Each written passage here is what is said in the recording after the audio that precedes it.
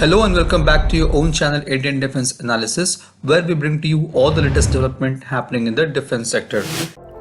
In the current geopolitical scenario, with the twin objective of promoting self-reliance and export, the defense budget has reached 6,21,540 crore in the financial year 2024-25. This comes out to be 13.04% of the total union budget, which was represented by Finance Minister Srimati Nirmala Sitharaman in Parliament on 1st February 2024. The Ministry of Defence continues to receive the highest allocation among all the ministries. The budget allocation in defence for financial year 2024-25 is higher by approximately 1 lakh crore, that is 18.35% over the allocation which was done in the year 2022-23. Of this, a major share of 27.6% goes to capital, 14.82% for revenue expenditure on sustenance and operational preparedness, 30.68% for pay and allowances, 22.72% for defense pensions, and 4.11% for civil organization under the Ministry of Defence. The budgetary allocation for capital expenditure in defence for the financial year 2024-25 is rupees 1.72 lakh crore, which is 20.33% higher than the actual expenditure of the financial year 2022-23 and 9.40% more than the revised allocation of the financial year 2023-24.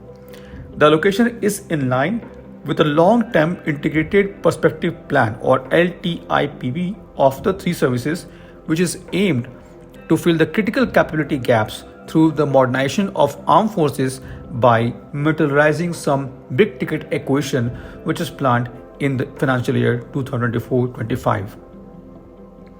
The enhanced budgetary allocation will facilitate in equipping the armed forces with state-of-art niche technology, lethal weapons, fighter aircrafts, ships platforms, unmanned aerial vehicles, drones, specialist vehicles, etc.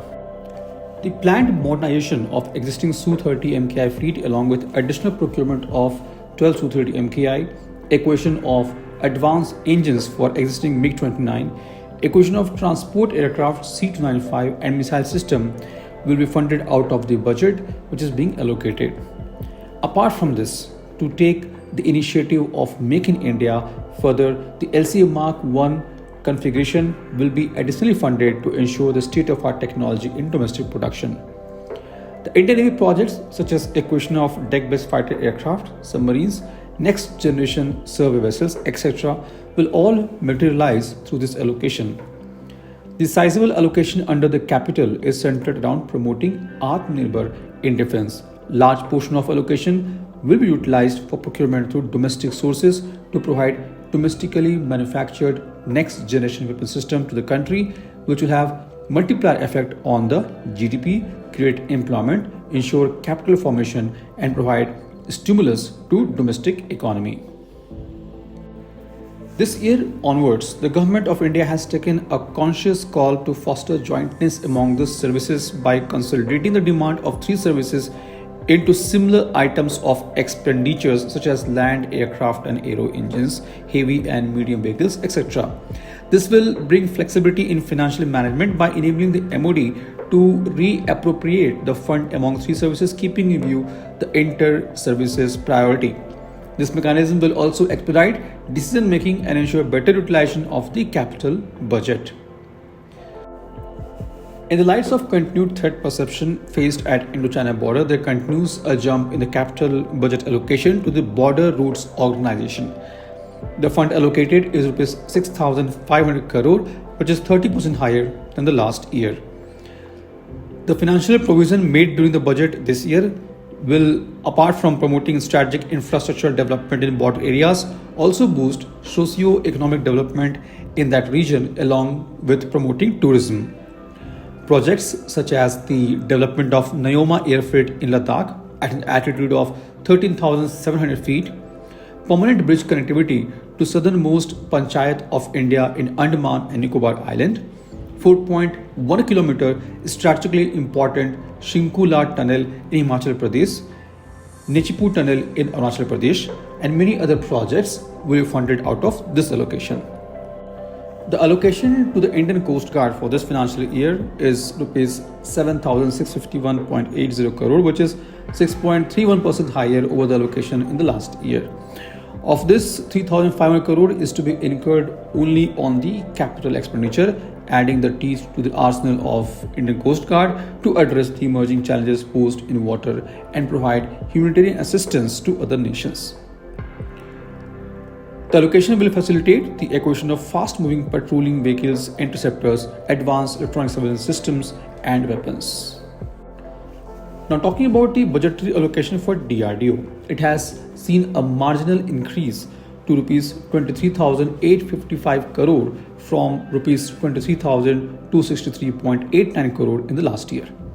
Of this allocation, a major share of rupees 13,208 crore is allocated for capital expenditure.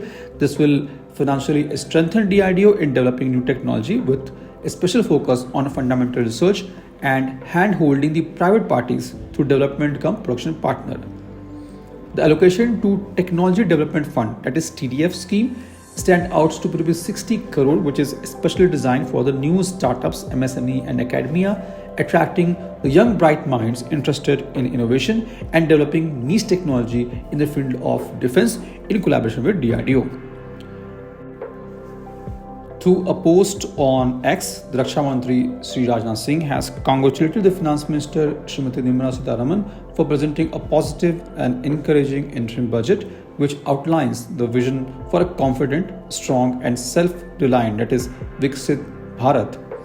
The budget gives a glimpse of India's rapid economic transformation inspired by PM Shri Narendra Modi visions of making India a developed nation by 2047. This was today's update. Please let us know your views on this in comment section. If you like the video, do not forget to like, share and subscribe. With this, I would like to say goodbye and Jai Hind. We'll soon back with more interesting and amazing development happening in the defense sector.